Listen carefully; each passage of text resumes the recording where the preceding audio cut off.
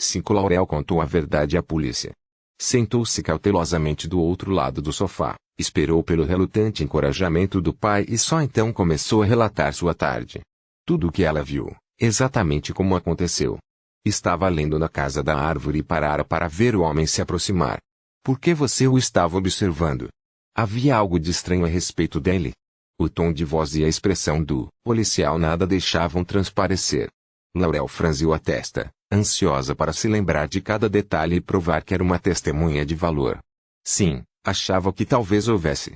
Não é que ele tenha corrido ou gritado ou se comportado de alguma maneira óbvia, mas ainda assim, ela olhou para o teto, tentando evocar a palavra certa. Ele tinha uma atitude sinistra. Repetiu a palavra, satisfeita com sua aptidão. Ele parecera sinistro e ela ficara com medo. Não sabia dizer por quê, exatamente, apenas se sentiu assim.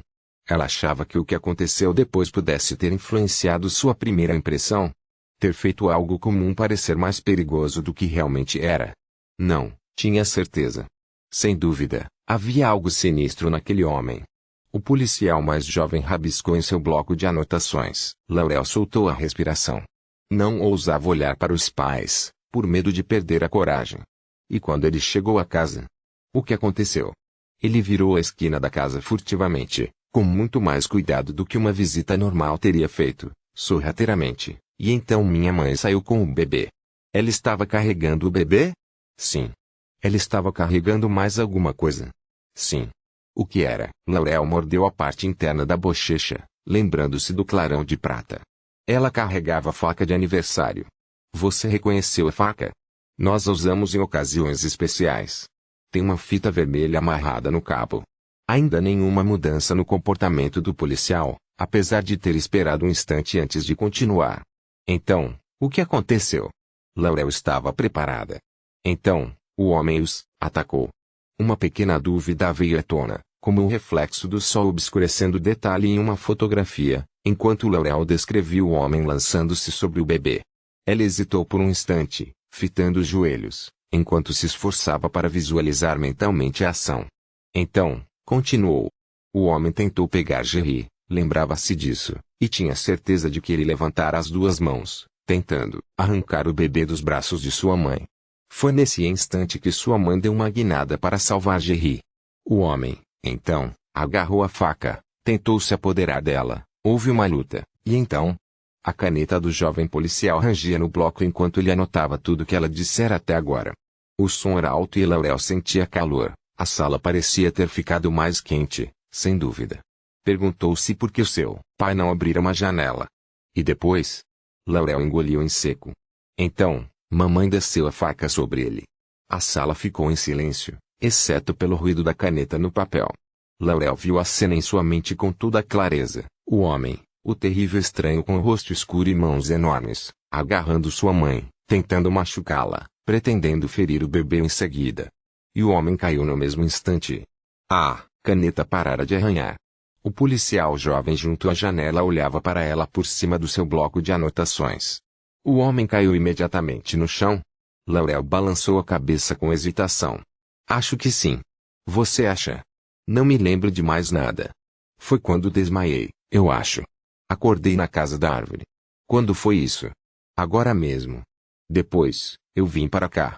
O policial mais velho inspirou, lentamente, embora não silenciosamente, e depois soltou a respiração. Mais alguma coisa de que você se lembre que nós devêssemos saber? Alguma coisa que tenha visto ou ouvido? Ele passou a mão pela cabeça calva. Seus olhos eram de um azul muito claro, quase cinza. Não tenha pressa. O menor detalhe poderia ser importante. Haveria alguma coisa que ela tivesse esquecido? Teria visto ou ouvido mais alguma coisa? Laurel pensou cuidadosamente antes de responder. Achava que não. Não, tinha certeza que aquilo era tudo. Nada mesmo. Ela disse que não. Seu pai tinha as mãos nos bolsos e olhava furiosamente por baixo das sobrancelhas. Os dois policiais trocaram um olhar. O mais velho balançou ligeiramente a cabeça e o mais jovem fechou o bloco de notas com um movimento rápido. O interrogatório estava terminado. Mais tarde, Laurel sentou-se no parapeito da janela de seu quarto, roendo a unha do polegar e observando os três homens lá fora, junto ao portão. Não falavam muito, Mas de vez em quando o policial mais velho dizia alguma coisa e seu pai respondia, apontando para vários objetos no horizonte cada vez mais escuro.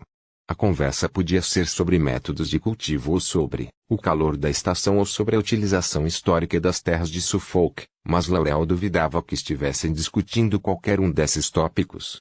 Um furgão veio se arrastando pela subida do caminho de entrada e, quando parou no alto do caminho, o policial mais jovem foi ao seu encontro, atravessando o capim alto a passos largos e gesticulando, indicando a casa às suas costas. Laurel viu quando um homem emergiu do banco do motorista, quando uma maca foi retirada da traseira do furgão, quando o lençol, não tão branco, podia ver agora, manchado de um vermelho que já estava quase preto, foi esvoaçando no percurso de volta pelo jardim. Carregaram a maca no furgão e ele partiu. Os policiais foram embora e seu pai voltou para casa. A porta da frente se fechou. Ela ouviu através do assoalho. Botas foram chutadas. Uma, duas, e em seguida um trajeto suavizado por meias foi percorrido até sua mãe na sala de estar. Laurel cerrou as cortinas e virou-se de costas para a janela. Os policiais já haviam partido. Ela dissera a verdade, descrevera exatamente o que estava em sua mente, tudo o que acontecera. Então, por que se sentia daquele modo? Estranha e insegura. Deitou-se em sua cama, firmemente enroscada e com as mãos, em posição de quem faz uma prece, entre os joelhos. Fechou os olhos, mas abriu-os novamente para parar de ver o clarão prateado, o lençol branco, o rosto de sua mãe quando o homem disse seu nome. Laurel enrijeceu-se. O homem dissera o nome de sua mãe. Ela não contara isso à polícia.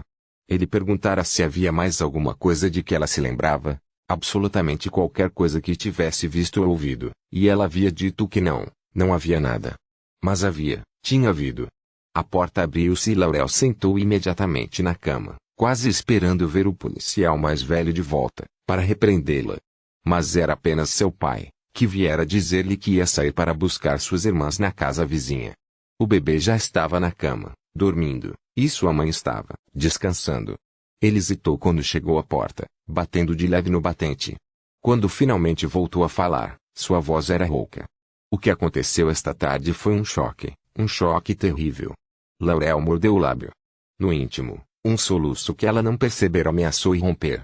Sua mãe é uma mulher corajosa. Laurel balançou a cabeça, concordando. É uma sobrevivente, e você também. Você se portou bem com aqueles policiais. Obrigada, papai. Ela balbuciou, as lágrimas assomando aos olhos e fazendo-os arder. A polícia diz que provavelmente é aquele homem de que os jornais falaram, o que andava rondando perto do riacho. A descrição bate e não haveria mais ninguém que pudesse vir incomodar sua mãe. Era o que tinha pensado. Assim que vir o homem, não se perguntara se não seria aquele dos jornais. Laurel sentiu-se repentinamente aliviada. Agora, escute bem, Lol. Seu pai enfiou as mãos nos bolsos, sacudindo-as um pouco antes de continuar. Sua mãe e nós conversamos e achamos que é uma boa ideia não contar às meninas tudo o que aconteceu. Não há necessidade e é demais para elas compreenderem.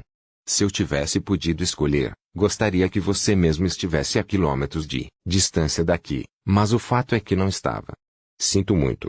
Não há nada para se desculpar. Não é culpa sua. Você ajudou a polícia, sua mãe também. E está tudo acabado.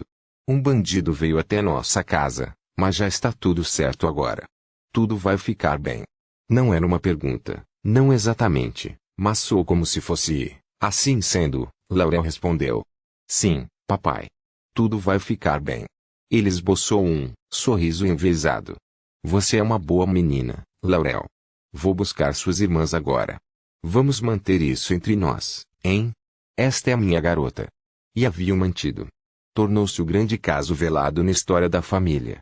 Nada foi contado às suas irmãs e Jerry certamente era pequeno demais para se lembrar, embora estivessem errados quanto a isso, como se veria mais tarde. As outras perceberam, obviamente, que alguma coisa extraordinária havia ocorrido. Haviam sido levadas sem a menor cerimônia da festa de aniversário e depositadas diante do aparelho de televisão Deca novinha em folha da vizinha. Seus pais ficaram estranhamente sombrios durante semanas, e 2 policiais começaram a fazer visitas regulares, que envolviam portas fechadas e vozes graves e baixas. Mas tudo fez sentido quando seu pai lhes contou sobre o pobre vagabundo que morrera na campina no dia do aniversário de Jerry. Era triste, Mas, como ele disse, essas coisas às vezes acontecem. Laurel, nesse interim, passou a roer seriamente as unhas. A investigação policial foi concluída em questão de semanas. A idade e aparência do homem combinavam com as descrições do vagabundo que rondava os piquenicas. A polícia disse que não, era incomum nesses casos haver uma escalada de violência com o tempo, e o testemunho de Laurel deixou claro que sua mãe agira em autodefesa. Um arrombamento que dera errado, sorte em ter escapado, nada a ganhar em estampar os detalhes nos jornais. Felizmente, era uma época em que a discrição era a norma, e um acordo de cavalheiros podia mudar uma manchete para a página 3. A cortina caiu, fim da história. E no entanto, enquanto a vida de seus familiares retornara à programação regular, a de Laurel continuou um confuso ruído de estática. A sensação de que estava separada dos demais aprofundou-se e ela se tornou indescritivelmente irrequieta. O caso se repassava sem cessar em sua mente, e o papel que desempenhara na investigação policial, tudo o que dissera aos policiais, pior ainda, o que não dissera, provocava um pânico tão forte às vezes que ela mal conseguia respirar. Aonde quer que fosse em Green Acres, dentro de casa ou lá fora no jardim, sentia-se presa numa armadilha pelo que vira e fizera. As lembranças estavam por toda parte, eram inevitáveis, tornadas mais insuportáveis porque o evento que as causara era inteiramente inexplicável. Quando fez concurso para Central Show e conseguiu a vaga, Laurel ignorou as súplicas de seus pais para permanecer em casa, para adiar por um ano e terminar o esforço extra para se formar com grau na escola, para pensar em suas irmãs e no irmãozinho que amava mais do que a todas elas. Em vez disso, ela arrumou as malas, o mínimo possível, e deixou-os todos para trás. O rumo de sua vida mudou instantaneamente, exatamente como um catavento gira em círculos durante uma tempestade inesperada. Laurel tomou o último gole de seu vinho e observou um casal de gralhas voando baixo sobre a campina de seu pai. Alguém havia acionado o interruptor do gigantesco redutor da luz e o mundo começava a mergulhar na escuridão. Toda atriz tem palavras favoritas, e poente era uma das de Laurel. Era uma delícia de pronunciar. A sensação da crescente penumbra do inelutável pôr do sul inerente ao som da palavra, embora o fato de também evocar ardente, incandescente lhe conferir igualmente uma ideia de brilho. Era a hora do dia que ela associava especialmente à sua infância, à sua vida antes de partir para Londres, a volta de seu pai para casa depois de um dia trabalhando na fazenda, sua mãe enxugando gerri perto do fogão, suas irmãs rindo no andar de cima enquanto Iris desfilava seu repertório de imitações, uma ironia. Na verdade, que Iris tivesse se tornado a mais imitável de todas as figuras da infância, a diretora de escola, o ponto de transição quando as luzes se acendiam dentro de casa, quando havia um cheiro de sabonete no ar e a enorme mesa de carvalho era arrumada para o jantar. Ainda agora, Laurel sentia de forma inteiramente inconsciente a mudança natural do dia. Era o mais próximo que chegava a sentir de saudades do lar de sua infância quando estava em sua própria casa. Alguma coisa se moveu lá na campina, o caminho que seu pai costumava percorrer todos os dias, e Laurel retesou-se, mas era apenas um carro branco. Podia vê-lo mais claramente agora, subindo o sinuoso caminho de entrada. Levantou-se, sacudindo o copo para escorrer as últimas gotas do vinho. A temperatura caíra e Laurel passou os braços ao redor de si mesma, andando devagar para o portão. O motorista piscou os faróis com uma energia que só podia pertencer a Daphne. E Laurel ergueu a mão e acenou.